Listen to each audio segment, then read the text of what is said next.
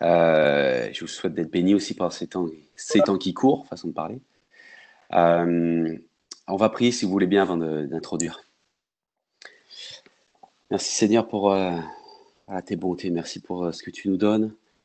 On te remercie parce que tu es patient Seigneur avec nous. Tu es tellement bon Seigneur, tu es tellement bienveillant. Et on va être reconnaissant Seigneur envers tout ce que tu nous donnes. Je te prie de me donner les mots aussi, de pouvoir parler à ton peuple Seigneur, qui écoute et qui souhaite recevoir de toi Seigneur. Va au-delà de moi-même, bien évidemment, Seigneur, et parle à chacun, Seigneur. Amen. Alors, bon, c'est pas évident comme pour moi ce genre d'exercice, hein. Devant une caméra, forcément, c'est pas aisé. Et justement, ça faisait quelques jours que je réfléchissais. On m'avait demandé de faire cette introduction et on n'est jamais très serein quand on prépare ce genre de, de, de choses. Et jusqu'à hier soir, je trouvais pas forcément de sujet qui m'emballait, on va dire. Je sentais pas forcément Dieu souhaiter parler de ça. Et cette nuit, il m'a réveillé vers 1 heure du matin. Et j'ai eu cette phrase qui m'est venue, cette petite phrase, c'est la paix, ce don si précieux. C'est vrai que je manquais de paix jusqu'à présent par rapport à ça. Et, euh, j'ai fait quelques petites recherches, ça m'a intéressé. C'est que c'est pas forcément un sujet qui aujourd'hui vient régulièrement, mais j'imagine qu'à certaines époques de l'histoire humaine, c'était extrêmement important. Aujourd'hui, on est dans une civilisation, ou en tout cas dans des pays où la paix, en tout cas la paix en apparence, au niveau des États, au niveau des nations, ça se passe plutôt bien.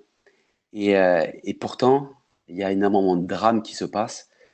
Et ce qui est assez paradoxal, c'est pendant ce temps de confinement qu'on vit et qu'on a encore à vivre quelques jours, c'est qu'il y a eu énormément de manque de paix pour la plupart. Et je voulais voilà, juste voir, c'est un mot qui revient, le mot paix, qui revient au moins 300 fois dans la Bible, dans son entier.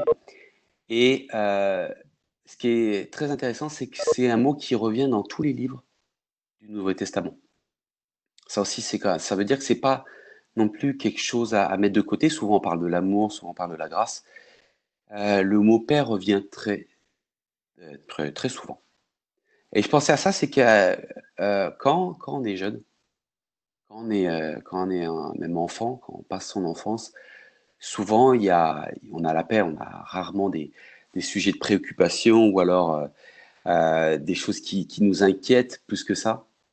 Euh, et pourtant, avec l'âge, plus on vieillit, plus on peut manquer de paix facilement. Et je me suis intéressé un petit peu à tout ça.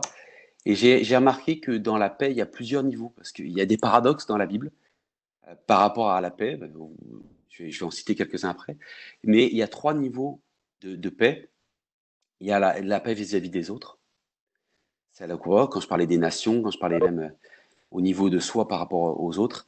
Il y a un deuxième niveau qui est la paix par rapport à vis-à-vis de Dieu, soi-même par rapport à Dieu, ou l'humanité par rapport à Dieu. Ça n'a pas forcément un ordre, hein. Mais voilà. Et troisième point, et troisième niveau que j'avais relevé, c'est la paix intérieure, la paix personnelle qu'on peut avoir. Euh, et j'ai relevé quelques versets qui moi, m'ont intéressé.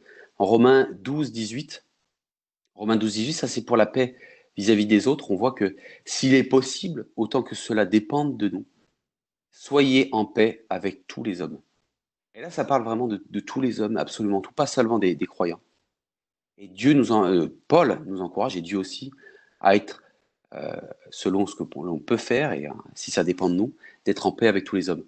Et en Luc 2,14, il est écrit gloire à Dieu dans des lieux très hauts, excusez-moi, et paix sur la terre parmi les hommes qui l'agréent. Et là, on voit qu'il dit il souhaite la paix aux hommes, mais ceux qui l'agréent. Et ça parle des croyants, ça parle de ceux qui ont confessé le Seigneur Jésus, ceux qui l'ont accepté dans leur cœur. Et cette différence est assez intéressante, c'est qui explique justement, vous parlez de paradoxe tout à l'heure par rapport à ce sujet de la paix. Quand on voit Matthieu 10, verset 34, où il est écrit en fait, ne croyez pas que je sois venu, ça c'est Jésus qui parle, je sois venu apporter la paix sur la terre, je ne suis pas venu apporter la paix, mais l'épée. on va dire, c'est paradoxal. On aurait pu imaginer que Jésus et Dieu amènent la paix sur terre. En fait, il l'amène dans son Église. Il l'amène parmi ses enfants, cette paix-là. Il la souhaite, et comme on voit en Luc 2,14, il la souhaite parmi nous. Et je dirais même qu'il la souhaite, j'oserais dire, il la commande parmi nous. Il nous le demande.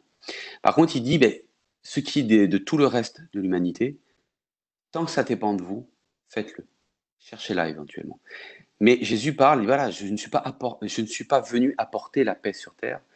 Parce qu'on pourrait penser, certaines dénominations chrétiennes ont pensé ça pendant des siècles, que justement la paix était, était indispensable parce que Dieu souhaitait la paix dans l'humanité entière. Et il ne viendrait pas dans son retour tant qu'il n'y aurait pas un monde parfait sur terre. Et Jésus le dit clairement, non, je ne suis pas venu à apporter un monde parfait à toute l'humanité sur terre. Donc je dirais, je paraphrase, mais il dirait, ne rêvez pas. Sur terre, il n'y aura pas une paix parfaite, ça n'arrivera jamais. Par contre, ce qui peut arriver, c'est que je vous apporte une paix parfaite vis-à-vis de moi.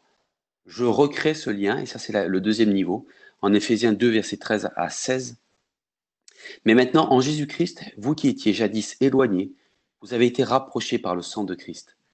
Car il est notre paix, lui qui des deux n'en a fait qu'un, et qui a renversé les murs de séparation, d'inimitié, ayant anéanti par sa chair la loi des ordonnances, par ses préceptions, il a voulu créer en lui-même, avec les deux, un seul homme nouveau, en établissant la paix. Il il les réconcilie avec Dieu, l'un et l'autre, en un seul corps, par la croix, en détruisant par elle l'inimitié. Donc là, on voit clairement que Jésus-Christ, par son œuvre, on était éloigné avant ça. Jadis, comme il dit, éloigné de Dieu. Dieu, par ce moyen-là, par le sang, par la croix, il a réconcilié. Il a rétabli le lien entre Dieu et l'homme. Donc ça, c'est ce que Dieu souhaite faire pour l'humanité. Mais en aucun cas, il souhaite une paix, je dirais, euh, terrestre et naturelle. Et troisième niveau, donc j'en parlais tout à l'heure, la paix intérieure et personnelle. Et ça parle pour les croyants. C'est vraiment ce qu'ils souhaitent pour nous. Des Thessaloniciens, excusez-moi, ça reflète. 3, verset 16, que le Seigneur de la paix vous donne lui-même la paix en tout temps, de toute manière. Que le Seigneur soit avec vous tous. Donc là, on voit le souhait que Paul a pour chacun des croyants, de chacun ceux qui ont accepté le Seigneur. C'est-à-dire qu'on a cette assurance d'avoir ce don précieux, comme je le disais au début, d'avoir la paix en toute chose. Au-delà des circonstances, on en parle de temps à autre. Et c'est très loin de ce que le monde nous propose. C'est pour ça que je dirais, méfions-nous, parce que je m'encourage déjà moi-même, je dois me méfier à ne pas chercher ma sécurité dans les circonstances extérieures, dans ce qui peut paraître en extérieur, parce que le monde cherche ça et le monde peut nous entraîner à ne regarder que sous cette forme-là.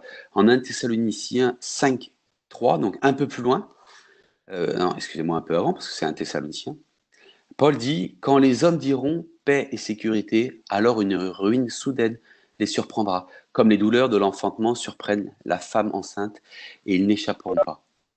Donc on voit que là, euh, même ce que désirent les hommes qui n'est pas contre Dieu, paix et sécurité, ça ne le sera même pas donné. Parce qu'en fait, en dehors de Dieu, il n'y a pas de réelle paix, il n'y a pas de réelle sécurité.